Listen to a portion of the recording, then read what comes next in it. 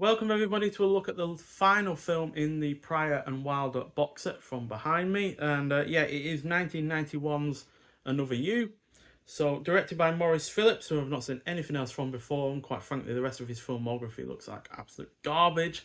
And this is a comedy film clocking in at 94 minutes long. So outside of our two leads, this film also stars Mercedes Ruehl, who was in the likes of Married to the Mob and The Fisher King. Stephen Lang, who was in the likes of Don't Breathe, Manhunter and Tombstone, and Vanessa Williams, who was obviously more well known as a pop star, but she was also in Harley Davidson and the Marlboro Man. So George has been in a mental hospital for 3 years and is finally ready to go out into the real world again as a reformed pathological liar. Eddie Dash, a dedicated con man, is supposed to keep him out of is supposed to keep him out of trouble.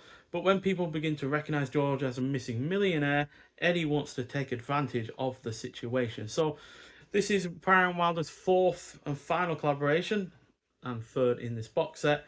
But it's unfortunately their worst effort together, and that is a shame really, as there is still some solid chemistry between one another, and there are undoubtedly a few laughs to be had, but neither can quite make up for the evident flaws.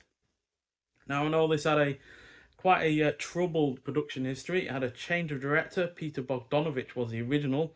In fact, he shot 5 weeks of film in New York before he was for some reason fired, and the shoot was moved to LA. Pryor was also suffering from ill health at the time, which no doubt was exacerbated by the fact he's just done 5 weeks of work and now he's suddenly going to start right from square one.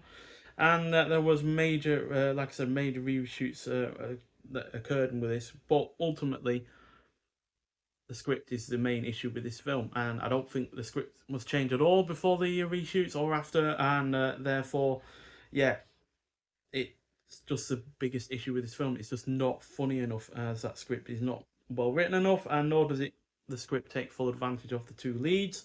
Granted, Pryor was obviously not able to do all that much. He certainly isn't doing much in this film. You don't see him run around. He's not in any stunts or anything like that, just because he wasn't physically able to, which is understandable. Also, despite its $17 million budget, it looks quite cheap, although I imagine quite a substantial proportion of that budget went on those reshoots or were wasted on the original footage. And though the supporting cast is decent, there is no characterization to their characters. The plot is also still low and generally engrossing, but it doesn't lead up to anything exciting. Certainly no big climax, and outside of a few laughs, it has the entertaining side is still really rather underwhelming.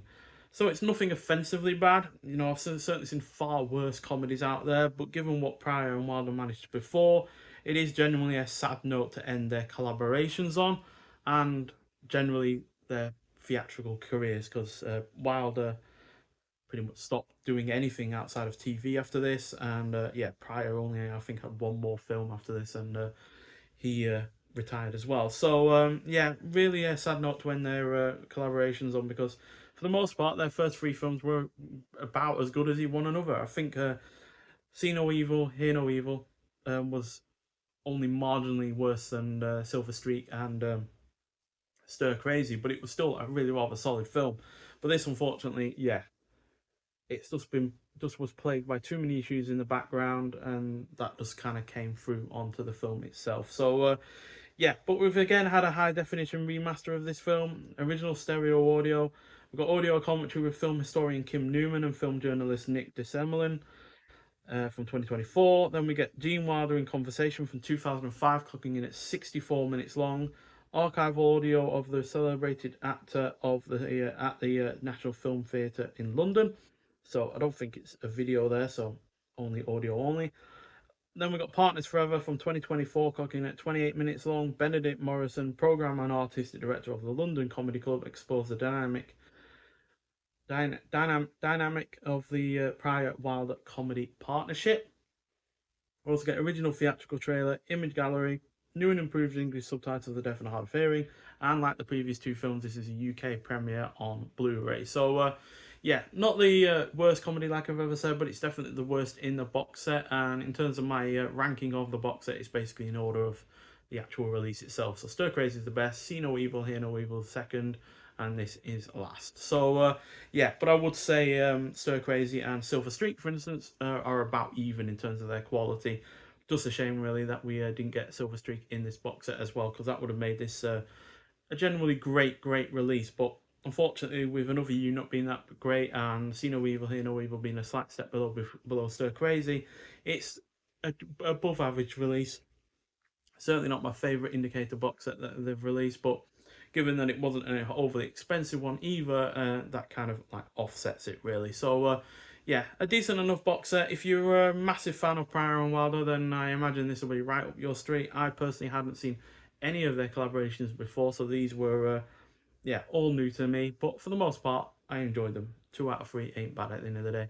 Nonetheless, so if you have seen Another You, would like to hear your thoughts on it, but thank you for watching, and I'll see you with the next one. Bye.